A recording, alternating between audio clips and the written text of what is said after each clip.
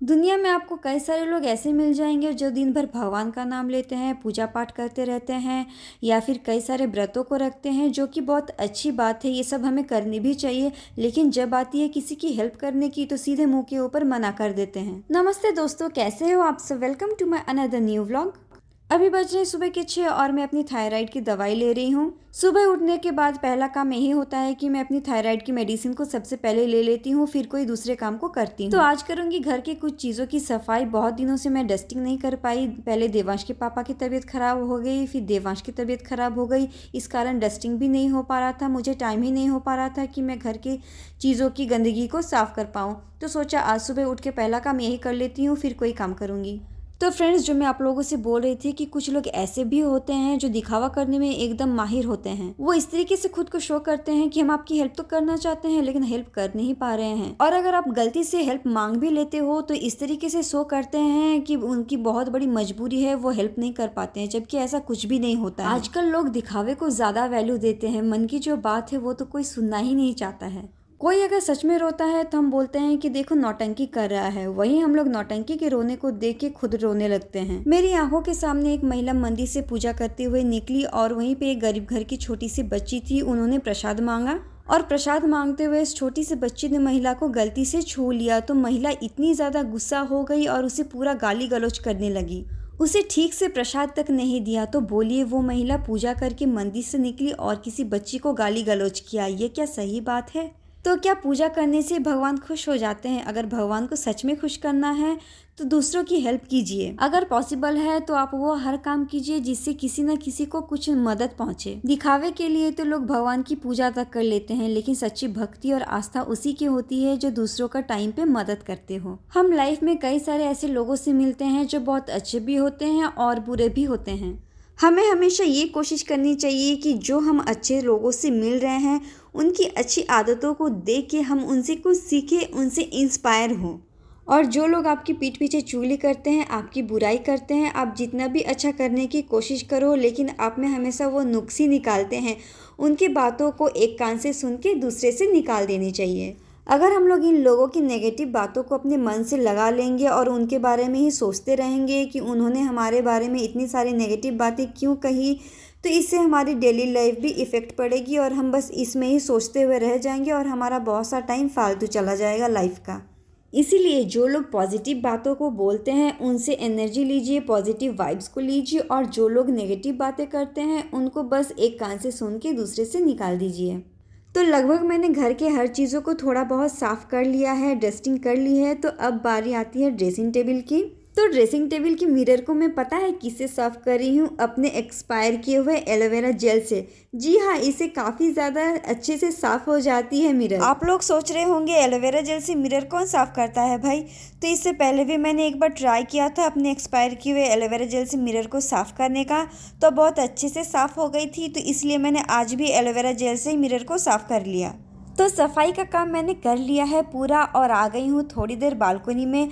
आज का वेदर थोड़ी सी क्लाउडी है, लगता है बारिश होने वाली है। तो चलिए इसी मौके पे बनाती हूँ आलू के पराठे। तो आलू को यहाँ पे उबाल लिया है और यहाँ पे ग्रेटर से इसे ग्रेट कर ले रही हूँ ताकि पराठे बनाते टाइम कोई लम्स ना आए। तो आज के आलू के पराठे को बनाऊंगी आलू को फ्राई करके। तो इसके लिए कढ़ाई गर्म होने के बाद इसमें डाल दे रही हूँ सरसों का तेल। आप कोई भी तेल ले सकते हो। तो तेल गर्म होने के बाद इसमें डाल देना है कटे हुए 3 प्याज, और प्याज को हमें थोड़ी देर चलाते रहना है और इसे गोल्डन ब्राउन होने तक फ्राई कर लेना है। तो प्याज का कलर यहाँ पे चेंज हो गया है, ये थोड़ी सी गोल्डन ब्राउन हो गई है। चलिए इसमें अब डाल देते हैं 1 चम्मच अदरक लहसुन का पेस्ट, और इसे भी हमें तब तक फ्राई करनी है जब तक इसमें से अदरक लहसुन का कच्चा स्मेल ना चला जाए। तो इन सबको चलाते चलाते आखिरकार अदरक लहसुन का कच्चा स्मेल चला ही गया। तो चलिए अब इसमें डाल देते हैं कुछ मसालों को। तो मसालों में मैंने लिया है 1 चम्मच नमक, 1 चम्मच हल्दी पाउडर, 1 चम्मच जीरा पाउडर, 1 चम्मच धनिया पाउडर, 1 चम्मच कश्मीरी लाल मिर्च और 1 हरी मिर्च को मैंने यहाँ पे छोटा छोटा काट लिया है।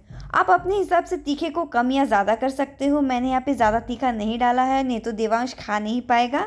तो मसाला यहाँ पे हो चुकी है अच्छे से फ्राई। अब इसमें डाल देते हैं उबले हुए आलूओं को और आलू को भी हमें यहाँ पे थोड़ी देर चलाते हुए पका लेना है। और इसके बाद ऊपर से हमें डाल देनी है थोड़ी सी चाट मसाला, ताकि हमारे पराठे बहुत ही चटपटी और मज़ेदार बने खाने में। तो हमारी चटपटी सी आलू की स्टफिंग यहाँ पे बन के तैयार है। चलिए इसे अब एक बर्तन में उतार लेते हैं और कुछ देर ठंडा होने के लिए रख देते हैं। लास्ट मैंने आलू का पराठा कब खाया था वो तो मुझे बिल्कुल भी याद नहीं है, लेकिन आज का वेदर देख के लगा कि आज तो चलो आलू का पराठा बनाना बनता ही है। दिवांश के पापा को भी आलू का पराठा काफ़ी ज़्यादा पसंद है, वो कई दिनों से बोल भी रहे थे। तो पराठे बनाने के लिए मैंने यहाँ पे गेहूं का आटा ले लिया है और इसमें डाल दिया है थोड़ा सा नमक और मोइन के लिए दे दिया थोड़ा सा ऑयल। अब थोड़ा थोड़ा पानी ऐड करते हुए इसका एक डो तैयार कर लेंगे। तो यहाँ पे आटे को हमने अच्छे से गूंद लिया है। इसे अब थोड़ी देर ढक के रेस्ट करने देंगे, कम से कम 15 मिनट। तो 15 से 20 मिनट हो जाने के बाद आटे को थोड़ा सा गूंद लिया है और उसके बाद इसमें से पेड़े निकाल रही हूँ। तो पेड़े के साइज़ यहाँ पे थोड़े से बड़े होंगे क्योंकि इसके अंदर आलू की स्टफिंग जाएगी। तो आप देख सकते हैं कि मैंने पेड़े का साइज़ यहाँ पे कितना बड़ा लिया है। अब स्टफिंग को डालने के लिए बीच में से एक जगह को बना लूँगी और उसके बाद इसमें डालूँगी आलू की स्टफिंग को। कई बारी होती है ना कि आप कोई भी चीज़ को बहुत दिनों बाद बना रहे हो या पहली बार बना रहे हो तो उसमें थोड़ी बहुत तो गड़बड़ी होती ही है। मेरे साथ तो ये अक्सर हो ही जाती है कि मैं कुछ चीज़ को बहुत दिनों बाद बनाऊं और उसमें कुछ गड़बड़ी ना हो। उसी तरह आलू के पराठे में भी गड़बड़ी हुई, आलू की स्टफिंग बार बार निकल जा रही थी।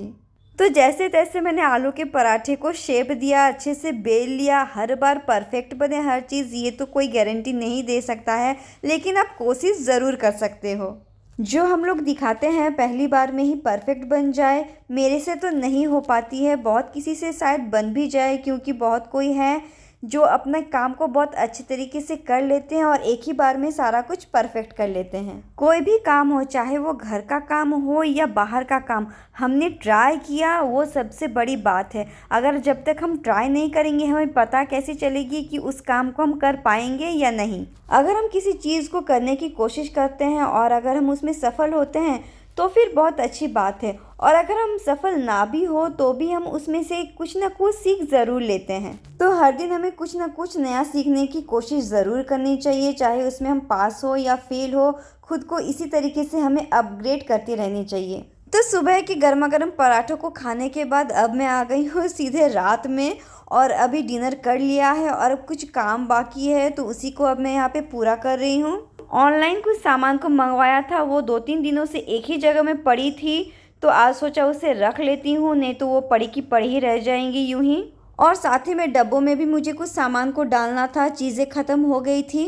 अकेले पूरे घर को देखना और हर सामान को उसकी जगह में रखना थोड़ा सा डिफ़िकल्ट हो जाता है, थोड़ी सी देरी हो जाती है, लेकिन हो ज़रूर जाती है। जिन्हें अकेले घर को देखना और संभालना होता है उन्हीं को पता होता है कि घर में कितने सारे काम का प्रेशर रहता है। लेकिन हमें खुद को खुशनसीब समझना चाहिए कि हमें इतने सारे काम करने का मौका मिल रहा है। हमारे पास अपनी फैमिली है जिनको हम बहुत प्यार करते हैं और बहुत प्यार से उनके लिए इन सारी चीज़ों को खुशी खुशी कर लेते हैं। बहुत से ऐसे लोग हैं जो अपने फैमिली घर परिवार के लिए तरसते हैं। चाहे कोई कितनी भी बड़ी पोजीशन में पहुंच जाए या फिर बहुत सा इनकम कर ले, सबको अपनी एक फैमिली की चाहत तो रहती ही है। आखिर हम लोग सब मेहनत करते क्यों हैं? बस अपने फैमिली को खुश रखने के लिए, है ना?